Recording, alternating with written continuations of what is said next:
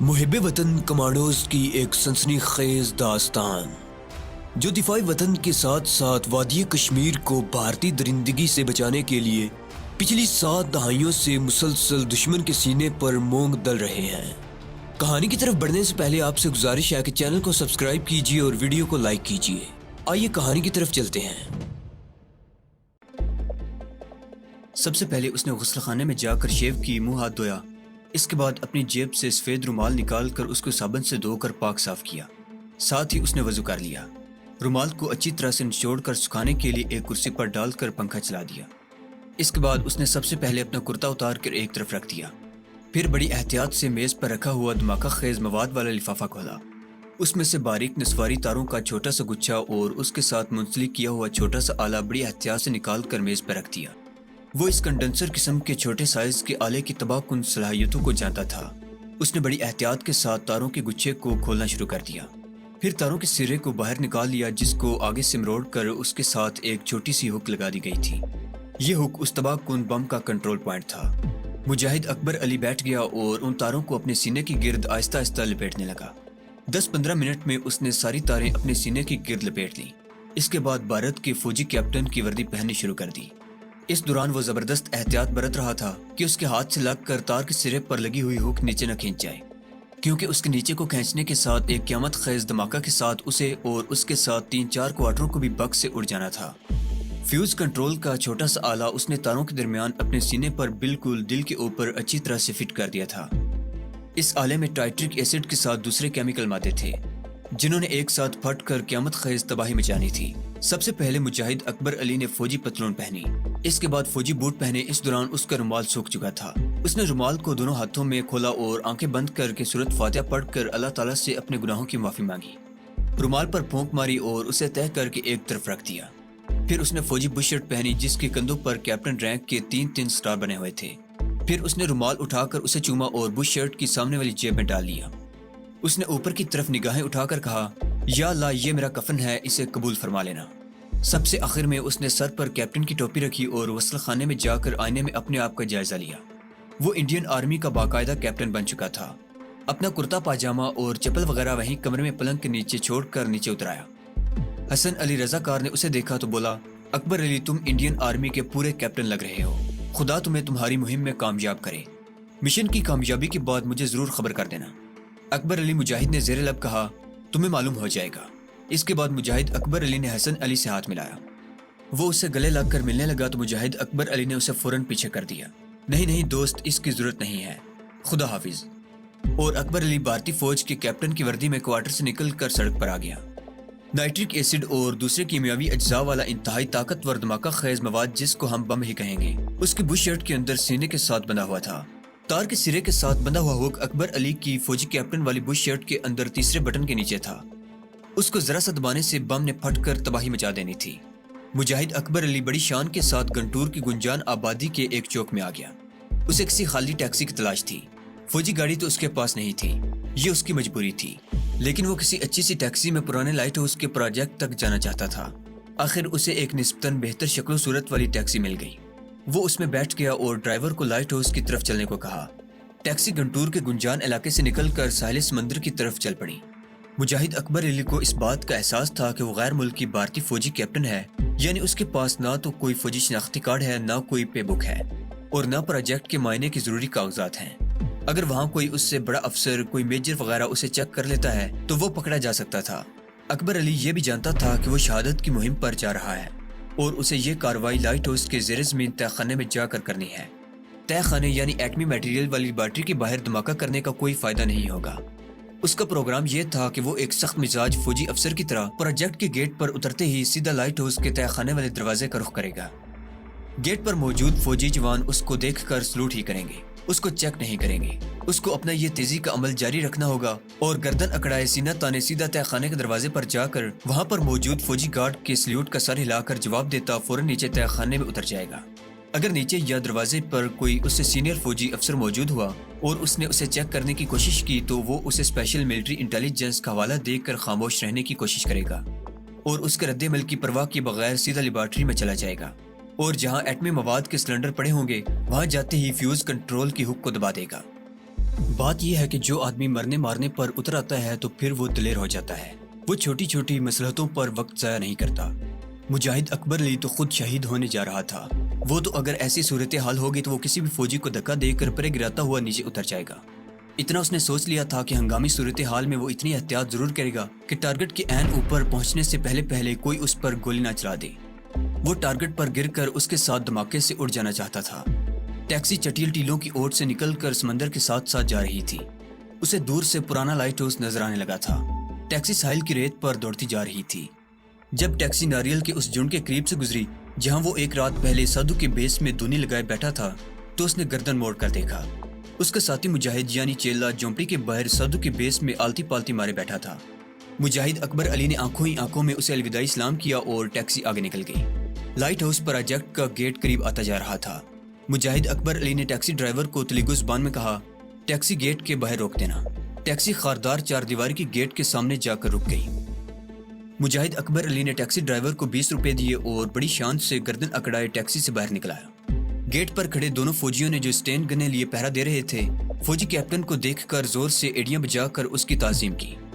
یاد رہے کہ جب فوجی جوان پہرے پر ہوتے ہیں تو فوجی افسر کو ہاتھ اٹھا کر روایتی انداز میں سلیوٹ نہیں کرتے, صرف ایڑیاں بجا کر تعظیم بجا لاتے ہیں. مجاہد اکبر علی نے ہاتھ کے اشارے سے ان کی تعظیم کا جواب دیا اور بڑے روب سے پوچھا, اندر کون کون سینئر افسر موجود ہے جوان؟ بائیں جانب والے فوجی جوان نے کھڑے کھڑے کہا, سر اندر لیفٹیننٹ صاحب ہیں. اکبر علی کو یہی معلوم کرنا تھا کہ اندر کوئی اس سے سینئر افسر یعنی کوئی میجر یا کرنل وغیرہ تو نہیں ہے. جب اسے معلوم ہوا کہ ایسی بات نہیں ہے اور پروجیکٹ میں اس سے جونیئر افسر تعینات ہیں تو اسے اطمینان ہو گیا کہ اس کی راہ میں کوئی سنگین رکاوٹ حائل نہیں ہوگی. مجاہد اکبر علی نے ایک لمحے کے لیے بھی اپنے آپ کو ڈھیلا نہ ہونے دیا اور گیٹ پر سے سینہ تان کر تیز تیز چلتا سیدھا لائٹ ہاؤس کے گیٹ پر آ گیا. یہ لائٹ ہاؤس کے تہہ خانے یعنی ایٹمی لیبارٹری والا گیٹ تھا. اس کے باہر بھی ایک فوجی پہرے پر کھڑا تھا. اپنی فوج کے ایک کیپٹن رینک کے افسر کو فوجی انداز میں اپنی طرف آتے دیکھ کر وہ بھی اٹینشن ہو گیا اور جب اکبر علی اس کے قریب پہنچا تو فوجی نے ایڑیاں جوڑ کر تعظیم کی. اکبر علی نے اونچی اور روبدار آواز میں پوچھا, لیفٹیننٹ صاحب کدھر ہیں جوان؟ پہلے گیٹ والے فوجی نے اکبر علی کو بتایا تھا کہ اس وقت پروجیکٹ میں صرف ایک لیفٹیننٹ ہی بطور انچارج موجود ہے. وہ فوجی جوان سے صرف یہ معلوم کرنا چاہتا تھا کہ یہ لیفٹیننٹ نیچے تہہ خانے میں ہی ہے یا کسی دوسری جگہ پر ہے. فوجی سنتری نے ایک بار پھر ایڑیاں بجاتے ہوئے کہا, سر لیفٹیننٹ صاحب نیچے ہی ہیں. اوکے ٹھیک سے ڈیوٹی دو جوان. یس سر, فوجی سنتری نے جواب دیا. میدان صاف تھا, تہہ خانے میں اترتی سیڑھیاں خالی تھیں. مجاہد اکبر علی کو شہادت کی منزل چند قدموں کے فاصلے پر دکھائی دے رہی تھی. وہ جذبہ جہاد میں سرشار جلدی جلدی سیڑھیاں اتر کر نیچے آ گیا. جیسے ہی وہ نیچے آیا ایک نوجوان لیفٹیننٹ دائیں جانب سے نکل کر اس کے سامنے آ گیا. اس نے فوراً اکبر علی کو سلیوٹ کیا. اکبر علی نے اس کے سلیوٹ کا جواب دے کر تیز لہجے میں پوچھا, سب کام ٹھیک ہے؟ لیفٹیننٹ نے کہا, سب ٹھیک ہے سر. مجاہد اکبر علی نے گردن سیدھی کرتے ہوئے روب سے پوچھا, آفیسر تم کو معلوم ہے کہ ادھر دشمن کے کشمیر کمانڈوز کا خطرہ بڑھ گیا ہے. میرا نام کیپٹن تارا چند special officer central military intelligence ہے. میں ونگ آفیسر کی حیثیت سے یہاں آیا ہوں. تمہارا کیا نام ہے؟ نوجوان لیفٹیننٹ نے کہا, سر میں لیفٹیننٹ شانتی کمار 16 مہاراشٹرا انفینٹری ریجمنٹ ہوں. مجاہد اکبر علی کو وہاں ایٹمی میٹیریل والے سلنڈر اور کوئی دوسرا پلانٹ نظر نہیں آ رہا تھا. اس نے لیفٹیننٹ سے کہا, ویل آفیسر ہم کو یہاں کے انچارج سائنسدان سے ملاؤ, ہم اس سے کچھ معلوم کرنا چاہتا ہے. نوجوان لیفٹیننٹ نے بڑی معذرت کے ساتھ کہا, سر آئی ایم سوری مگر یہ میری ڈیوٹی ہے. کیا میں آپ کے کاغذات دیکھ سکتا ہوں؟ کاغذات سے مراد شناختی کارڈ کے علاوہ تحریری احکامات تھے جن کے تحت مجاہد اکبر علی وہاں اس قدر حساس پروجیکٹ کا معائنہ کرنے آیا تھا. اگرچہ اس نوجوان جونیئر آفیسر سے مجاہد اکبر علی کو اس سوال کی توقع نہیں تھی لیکن وہ اس قسم کی صورتحال کے مقابلے کے لیے تیار ہو کر آیا تھا. یہ سوال تو اس پر پروجیکٹ کے اندر ڈیوٹی پر موجود کوئی بھی فوجی جوان کر سکتا تھا. مجاہد اکبر علی نے فوراً انگریزی میں جواب دیا, کاغذات میرے بریف کیس میں باہر گاڑی میں پڑے ہیں, تم مجھے یہاں کے انچارج ڈاکٹر کے پاس لے چلو. اتنی دیر میں مجاہد اکبر علی نے چند قدم آگے ایک کمرے سے سفید کوٹ والے ایک سائنسدان کو نکل کر دوسرے کمرے میں جاتا دیکھ لیا تھا. ایک سیکنڈ ضائع کیے بغیر مجاہد اکبر علی اس کمرے کی طرف چل پڑا. وہ سمجھ گیا تھا کہ اس کا ٹارگٹ جس کو وہ تباہ کرنے اور اس کے ساتھ خود بھی تباہ ہو جانے کے لیے آیا ہے وہ اسی کمرے میں ہے. جیسے ہی وہ آگے بڑھا نوجوان لیفٹیننٹ نے اسے کہا, سر آئی ایم سوری میں کاغذات دیکھے بغیر آپ کو اندر جانے کی اجازت نہیں دے سکتا. سر یہ میری ڈیوٹی ہے. لیکن مجاہد اکبر علی نے اس کی بات پر کوئی دھیان نہ دیا اور تیز تیز قدموں سے چلتا کمرے کے دروازے پر آ گیا. نوجوان لیفٹیننٹ بھی اسے آوازیں دیتا تیز تیز قدموں سے اس کے پیچھے ہی آیا. سر آئی ایم سوری سر آپ اندر نہیں جا سکتے. مجاہد اکبر علی کو معلوم تھا کہ اب وہاں ایک سیکنڈ کے لیے بھی نہیں رکنا. اس وقت اگر لیفٹیننٹ شانتی کمار پیچھے سے مجاہد اکبر علی کو شوٹ بھی کر دیتا تو اسے کوئی پرواہ نہیں تھی، کیونکہ وہ کمرے کے اندر داخل ہو چکا تھا جہاں 3-4 سائنسدان اپنے اپنے کام میں مصروف تھے، اور اس نے ایٹمی میٹیریل کے سلنڈر اور ایلومینیم کے بڑے بکس بھی دیکھ لیے تھے۔ نوجوان لیفٹیننٹ دوڑ کر اندر آ گیا۔ اس نے اپنا پستول نکال لیا تھا۔ مجاہد اکبر علی ایلومینیم کے بڑے بکس کے پاس کھڑا ہو گیا۔ نوجوان لیفٹیننٹ کی اسے آواز سنائی دی۔ اس نے انگریزی میں کہا، سر اگر آپ نے اپنے کاغذات نہ دکھائے تو میں آپ کو شوٹ کرنے پر مجبور ہو جاؤں گا۔ مجاہد اکبر علی نے پلٹ کر نوجوان ہندو لیفٹیننٹ کی طرف دیکھا۔ اس لمحے مجاہد اکبر علی کے چہرے پر ایک ایسا نور آ گیا تھا کہ اگر اس ہندو فوجی افسر کے پاس چشم بصیرت ہوتی تو وہ پستول پھینک کر ہاتھ باندھ کر مجاہد اکبر علی کے سامنے کھڑا ہو جاتا، لیکن وہ ہندو فوجی نور ایمان کی سعادت سے محروم تھا۔ اس نے یہ ضرور نوٹ کیا کہ اس کے سامنے جو فوجی وردی میں جوان کھڑا تھا اس کے چہرے سے روشنی کی کرنیں سے پھوٹ رہی تھی۔ اس نے کوئی خیال نہ کیا اور اسی فوجی لہجے میں مجاہد اکبر علی سے کہا، سر میرے ساتھ باہر گاڑی میں چلیں، میں آپ کے کاغذات دیکھنا چاہتا ہوں۔ مجاہد اکبر علی کا دایاں ہاتھ اس وقت اپنی فوجی بش شرٹ کے درمیانی بٹن کے اوپر تھا۔ اس کے چہرے پر ہلکا سا تبسم نمودار ہوا۔ افسوس کہ اکبر علی کے چہرے کی اس سرمدی تبسم کی زیارت کرنے والا وہاں کوئی صاحب ایمان موجود نہیں تھا۔ یہ ایک غازی کی شہید ہونے سے ذرا پہلے کی مسکراہٹ تھی۔ یہ اس مرد مومن کی مسکراہٹ تھی جو اپنے سامنے جنت کے دروازے کھلتے دیکھ رہا ہو۔ مجاہد اکبر علی پر اس وقت ایک عجیب کیفیت طاری ہو چکی تھی۔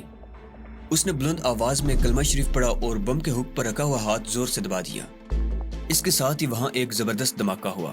یہ دھماکہ اس قدر قیامت خیز اور اس قدر شدید تھا کہ وہاں پر موجود کسی انسان نے اس کی آواز نہ سنی۔ دھماکے کی پہلی لہر نے 1 سیکنڈ کے کروڑویں حصے میں وہاں پر موجود سب کے کانوں کے پردے پھاڑ دیے تھے۔ وہ سننے کی صلاحیت سے محروم ہو گئے تھے۔ وہاں جو کچھ ہوا وہ صرف اتنا ہی تھا کہ آنکھوں کے آگے ایک بجلی سی گونج گئی۔ اس کے بعد جو کچھ ہوا اس کی وہاں پر موجود کسی انسان کو کوئی خبر نہ ہو سکی۔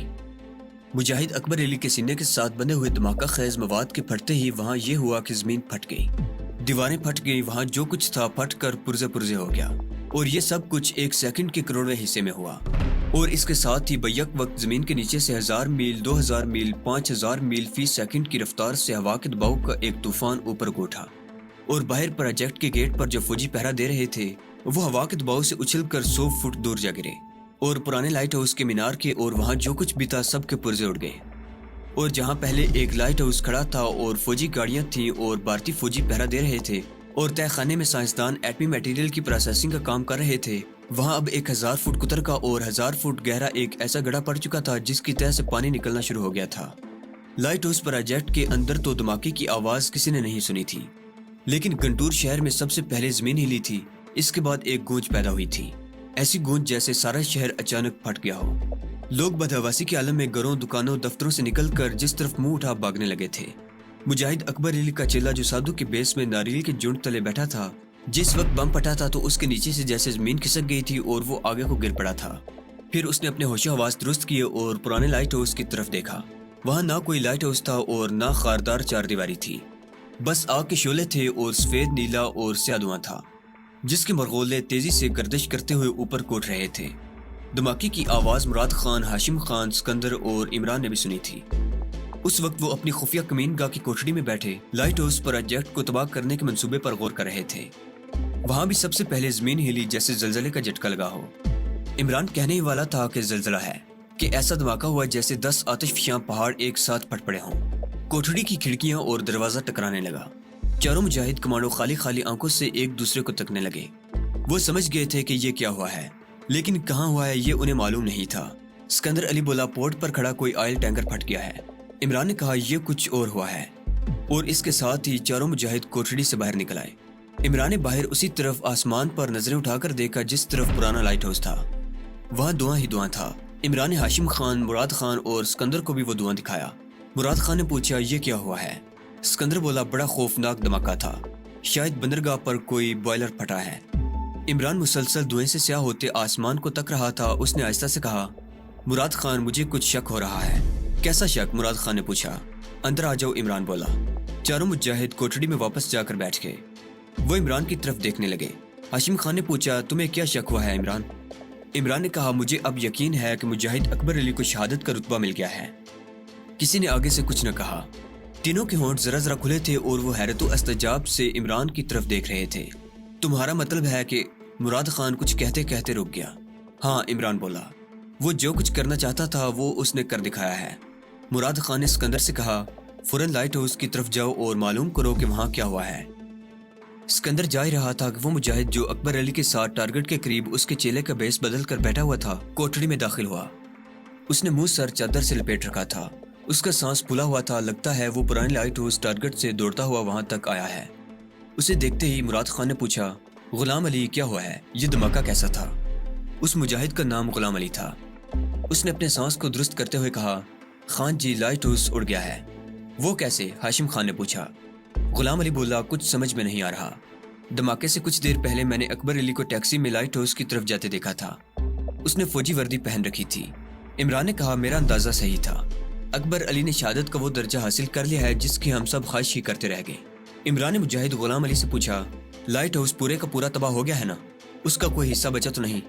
غلام علی بولا، سر وہاں لائٹ ہاؤس تو کیا کسی چیز کا نام و نشان تک باقی نہیں رہا۔ ہمیں خود جا کر چیک کرنا پڑے گا اور اس بات کی تسلی کرنی پڑے گی کہ جس میٹیریل کو ہم تباہ کرنا چاہتے تھے وہ بھی تباہ ہو گیا ہے۔ مراد خان نے عمران سے کہا، عمران تم میرے ساتھ آؤ، اسکندر، غلام علی اور ہاشم خان تم یہیں بیٹھ کر انتظار کرو۔ دوسری کوٹڑی میں جا کر دونوں نے اپنا حولیہ ماہی گیروں ایسا بنایا اور خاموشی سے کوٹڑی سے نکل گئے۔ دن کا وقت تھا، دھوپ نکلی ہوئی تھی۔ وہ خفیہ کمین گاہ سے نکل کر بندرگاہ کو جاتی سڑک پر آئے تو 3 فوجی ٹرک بڑی تیزی سے سڑک پر سے گزر گئے۔ ان کا رخ بندرگاہ کی طرف تھا۔ مراد خان نے کہا، معلوم ہوتا ہے بڑی زبردست تباہی ہوئی ہے۔ نوجوان اکبر علی نے کر دکھایا ہے۔ وہ سڑک کے کنارے کنارے پرانے لائٹ ہاؤس کی طرف چلے جا رہے تھے۔ ایک گاڑی سائرن بجاتی تیزی سے آگے کی جانب نکل گئی۔ عمران کہنے لگا، مجھے اکبر علی کے تیور بدلے بدلے لگتے تھے۔ میری چھٹی حص نے مجھے بتا دیا تھا کہ وہ کوئی زبردست کارنامہ کرنے والا ہے۔ اتنے میں ہسپتال کی ایمبولینس سائرن بجاتی ان کے قریب سے گزر گئی۔ اس کا رخ بھی لائٹ ہاؤس کی طرف تھا۔ جس وقت وہ پرانے لائٹ ہاؤس کے قریب پہنچے تو انہوں نے دیکھا کہ وہاں افراتفری کا سماں ہے۔ پولیس اور فوج کی گاڑیاں شور مچاتی ادھر سے ادھر آ جا رہی تھی۔ ایک جانب 3-4 ایمبولینسیں کھڑی تھی جن کے دروازے چوپٹ کھلے تھے اور ان میں لاشوں کو یا لاشوں کے ٹکڑوں کو اسٹریچروں میں لاد لاد کر ڈالا جا رہا تھا۔ بے شمار فوجی جوان بیلچے اور کدالیں لیے کام میں لگے ہوئے تھے۔ ایک جانب شہر سے آئے ہوئے لوگ کھڑے تھے اور ایک دوسرے کو ہاتھوں کی اشاروں سے نیچے کچھ دکھا رہے تھے۔ مراد خان نے عمران سے کہا، اس طرف آ جاؤ۔ وہ دوسری جانب سے چلتے ہوئے جہاں شہری لوگ کھڑے تھے وہاں آ گئے۔ انہوں نے دیکھا کہ جہاں پہلے پرانا لائٹ ہاؤس ہوا کرتا تھا وہاں ایک اتنا چوڑا اور اتنا گہرا گڑھا پڑ گیا تھا کہ نیچے دیکھتے ہوئے خوف آتا تھا۔ گڑھے کی تہہ میں پانی نکل آیا تھا، وہاں فوجی جوان رسیوں کی مدد سے نیچے اتر رہے تھے۔ مراد خان نے عمران کے کندھے پر ہاتھ رکھا ہوا تھا۔ اس نے آہستہ سے اس کے کندھے کو دبایا اور لوگوں کے جمگٹے سے باہر نکلایا۔ عمران بھی اس کے پیچھے پیچھے باہر آ گیا۔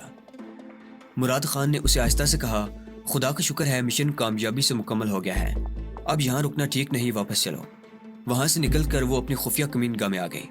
انہوں نے ہاشم خان اور اسکندر علی کو بھی بتا دیا کہ جو کام ہم کرنا چاہتے تھے اور جس کے ہم منصوبے تیار کر رہے تھے وہ کام ایک مرد مومن نے اپنی جان کا نذرانہ پیش کر کے کر دیا ہے۔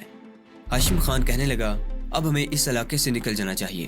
مجھے یقین ہے کہ پولیس اور فوج لائٹ ہاؤس کے ارد گرد کے علاقے کو گھیرے میں لے کر پکڑ دکڑ کا سلسلہ شروع کر دے گی۔ مراد خان بولا، ہاشم خان نے ٹھیک مشورہ دیا ہے۔ اسکندر علی، تم عمران کو لے کر وجےواڑہ پہنچو، ہم تمہارے پیچھے پیچھے آ رہے ہیں، فوراً نکل جاؤ۔ عمران نے اپنا ماہی گیروں والا حلیہ ہی رہنے دیا۔ اسکندر علی کھدر کے کانگریسی کرتے پاجامے میں تھا۔ دونوں خفیہ کمین گاہ سے نکلے اور ایک رکشے میں سوار ہو کر گاڑیوں کے اڈے پر آ گئے۔ گنٹور شہر میں اس خوفناک دھماکے کے بعد خوف و ہراس پھیل چکا تھا اور طرح طرح کی سنسنی خیز افواہیں گشت کر رہی تھی۔ لاریوں کے اڈے پر مسافروں کا ہجوم تھا جو شہر چھوڑ کر وجےواڑہ کی طرف جا رہے تھے۔